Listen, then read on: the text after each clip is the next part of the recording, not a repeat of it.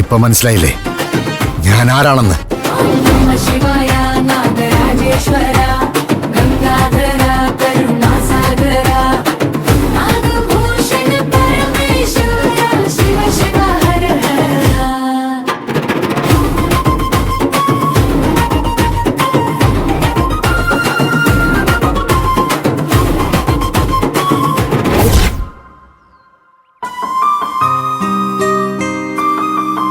ഞാൻ പറയുന്നത് അമ്മ ഒരിക്കൽ കൂടി കേൾക്കാൻ തയ്യാറാവണം. ദേവൂട്ടിയുടെ സാമീപ്യത്തിലല്ലാതെ അമ്മയ്ക്ക് വിദ്യാമ്മ ഉരുവിട്ട് തന്ന ആ മന്ത്രം ചൊല്ലി പൂർത്തിയാക്കാനാകില്ല. അതുകൊണ്ടാ ദേവൂട്ടി ഞാൻ ഇവിടേക്ക് കൊണ്ടുവരാമെന്ന് പറഞ്ഞത്. അമ്മയുടെ കാര്യമായതുകൊണ്ട് ഞാൻ വിളിച്ച അവിടെ വരികയും ചെയ്യും. അമ്മ എന്തു പറയുന്നു? ദേവൂട്ടിയെ ഞാൻ ഇവിടേക്ക് കൂട്ടിക്കൊണ്ടുവരട്ടെ? അവൾ ഇവിടെ വരുന്നത് അമ്മയ്ക്ക് ഇഷ്ടമല്ലെന്ന് എനിക്കറിയാം. പക്ഷെ അമ്മ ഒന്നും മനസ്സിലാക്കണം. ദേവൂട്ടി ഇവിടെ വരേണ്ട ആവശ്യം അമ്മയുടേതാ. മറ്റെല്ലാ വഴികളും അടഞ്ഞ സ്ഥിതിക്ക് വിദ്യാമ്മ പറഞ്ഞതുപോലെ നമുക്ക് ഈ വഴി കൂടി ഒന്ന് ശ്രമിച്ചു നോക്കുന്നതിൽ എന്താ തെറ്റ്?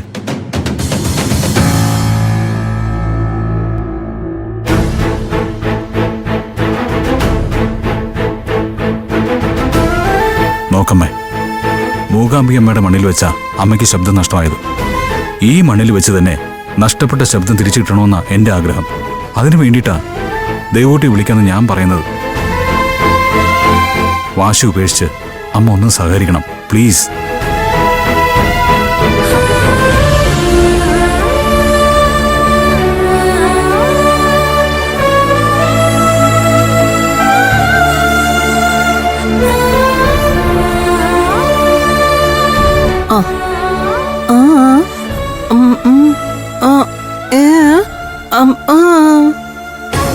ഇവിടെ വെച്ചാലാതെ പിന്നെ അമ്മ എന്താ ഉദ്ദേശിക്കുന്നത്?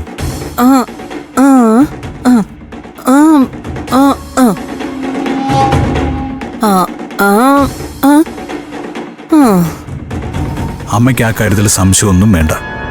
വിദ്യാമ്മ അങ്ങനെ പറഞ്ഞിട്ടുണ്ടെങ്കിൽ അത് സംഭവിക്കുക തന്നെ ചെയ്യും.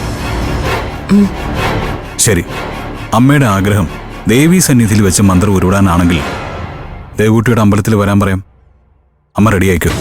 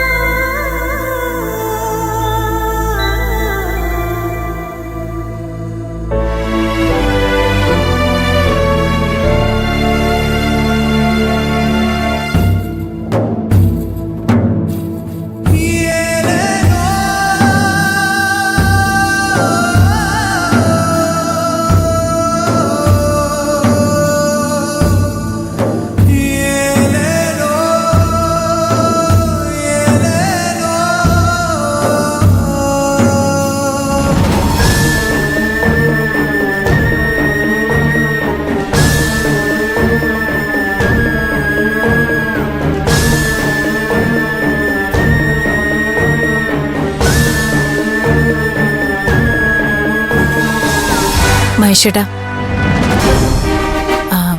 ഇന്ന് രാത്രി മോനെയും മോളെയും കൊണ്ട് ഞാനൊരു സ്ഥലം വരെ പോവും. വേണ്ട, തനിച്ച് കുട്ടികളെയും കൊണ്ട് നീ എങ്ങും പോണ്ട. അതും അത്ര പരിചയമില്ലാത്ത സ്ഥലത്ത്. തനിച്ചല്ല, ഞങ്ങളുടെ കൂടെ സുഗന്ധിയും വരും. നമുക്ക് കൂടി ഗുണമുള്ള കാര്യത്തിനാ. എന്തു ഗുണമുള്ള കാര്യമാണെങ്കിലും കുട്ടികളെയും കൊണ്ട് തനിച്ച് പോകണ്ട മഹിമേ.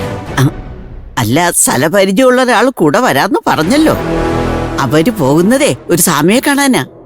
സ്വാമിയുടെ ആശ്രമത്തിൽ നിന്ന് പാവപ്പെട്ടവർക്കേ ചികിത്സയ്ക്കും ഓപ്പറേഷനും ഒക്കെ ധനസഹായം കൊടുക്കാറുണ്ടെന്ന്. നമ്മുടെ മക്കളെ കണ്ട് സ്വാമിക്ക് സത്യാവസ്ഥ ബോധ്യപ്പെട്ട ഓപ്പറേഷന്റെ പകുതി തുകയെങ്കിലും ആശ്രമത്തിൽ നിന്ന് കിട്ടുമെന്നാ സുഗന്ധി പറഞ്ഞത്. ഒന്ന് ചെന്ന് കാണുന്നതില് എന്താ കുഴപ്പം? അതൊരു നല്ല കാര്യമല്ലേ മഹേശ. ഒരു ഗതിയില്ലാത്ത അവസ്ഥയിൽ ആശ്രമത്തിൽ നിന്ന് നല്ലൊരു തുക സഹായം കിട്ടുമെങ്കിൽ കുട്ടികളുടെ കാര്യത്തിന് അത് ഉപകരിക്കുമല്ലോ. പിന്നെ പോകുന്നത് നിനക്കൂടെ പരിചയമുള്ള ആളുടെ കൂടെയല്ലേ.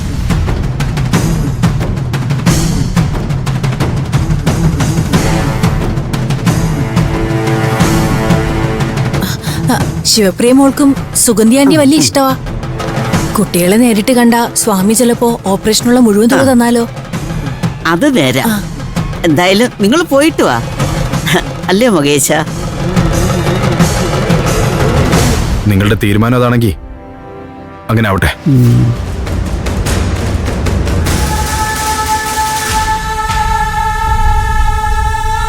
മൈമേ, കണ്ടോടി ഇപ്പോ അവൻ നമ്മൾ പറയുന്ന കാര്യങ്ങളൊക്കെ സമ്മതിക്കുന്ന കണ്ടോ? ഇതുപോലെ പെങ്കൊച്ചിന്റെ കാര്യത്തിലും മകേശൻ വഴങ്ങും.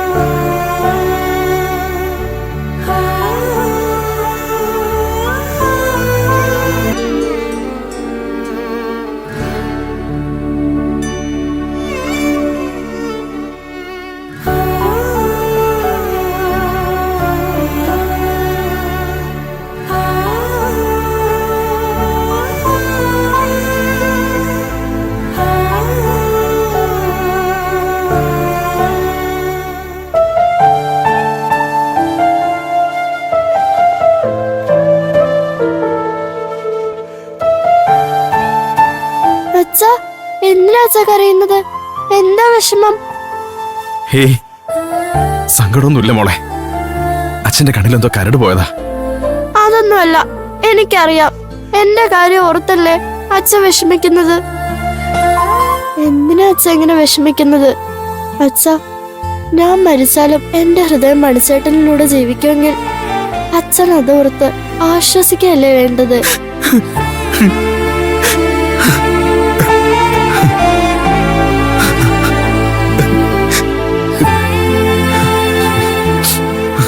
മോളെ, അരുത്, അങ്ങനെയൊന്നും പറയരുത്. എന്റെ മോക്കൊന്നും സംഭവിക്കില്ല. ഇല്ല അച്ഛ, അങ്ങനെ എന്തെങ്കിലും സംഭവിച്ചാൽ തന്നെ അതിലെനിക്ക് യാതൊരു വിഷമവും ഇല്ല. മണിച്ചേട്ടന് സന്തോഷത്തോടെ ജീവിക്കാൻ കഴിയണം. അതിന് എന്റെ ഹൃദയമാണ് വേണ്ടതെങ്കിൽ അതുകൊണ്ട് എന്താ കുഴപ്പം? എന്തായാലും ഞാൻ മരിക്കും.